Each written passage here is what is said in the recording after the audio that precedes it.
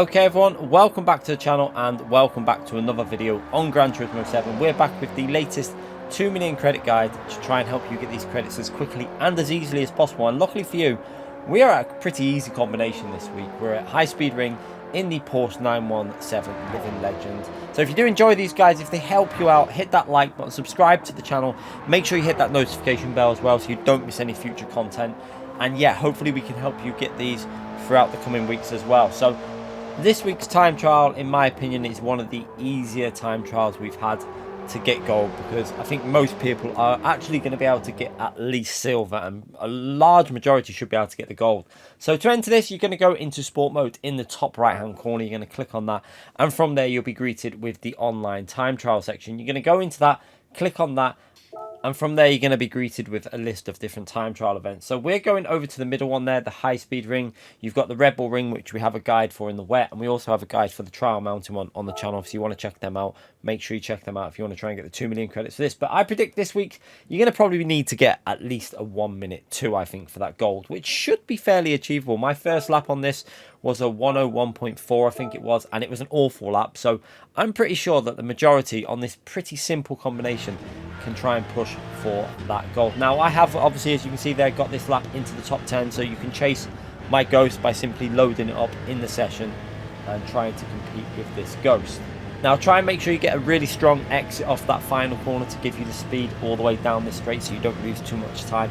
Now we're going to go completely flat out through this first corner, but what you want to do is try and keep your steering inputs fairly smooth, and you don't want to hit the curb too aggressively on the left here. So what I try and do is just graze the white line. You can see the ghost that I'm chasing does very similar. Just graze up that white line and then let the car go up to the high part of the track here, because in this next zone you're going to be braking just before the 100 board there. You can see 358 kilometers an hour onto the brakes, and we're going to take this really wide line, almost like a NASCAR type line, around the outside using the bank section, staying on the green part, basically left hand side, just hugging that white line.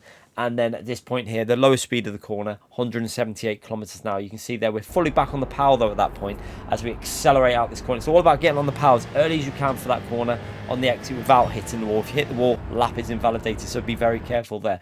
Next braking zone, we're using the 100 board as our reference. Now you can brake just before it or just after. There's so many different lines you can take for this corner. Now I brake on this go just fractionally past that 100 board. Now that means we're going to go slightly deep into the braking zone. You can see here now. So what you want to do is, you've got different ways of taking this, but ideally you want to go quite deep, but then rotate it into the apex of the curb. So you can see I'm going quite deep here. Now I'm getting a bit of a cut back, and that'll enable us to get on the throttle quite early. And our lowest speed there, 120 kilometers an hour. Now remember, your speeds are going to vary in this corner because there's so many different lines that you can take through this section of track.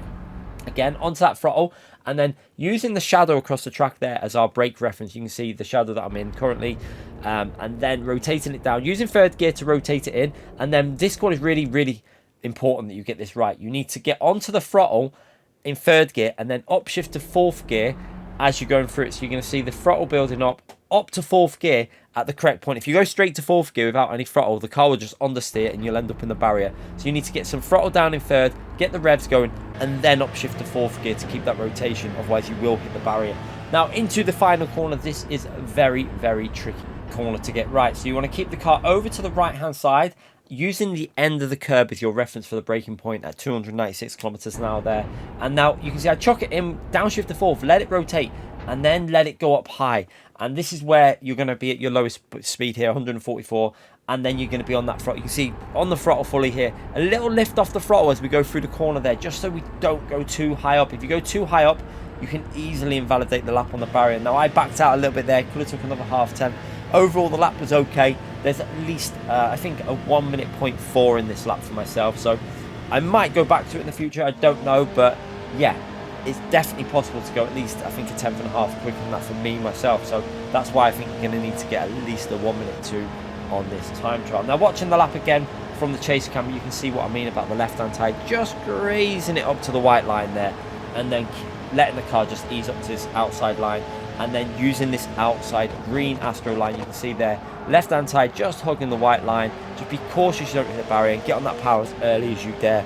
Now into the next reference, you can see there we're going to go on that 100 board again, and rotating it in. Now this corner, you can see how many different lines there are. You can take a tight line pretty much all the way through that corner, but then it will compromise you on the exit slightly.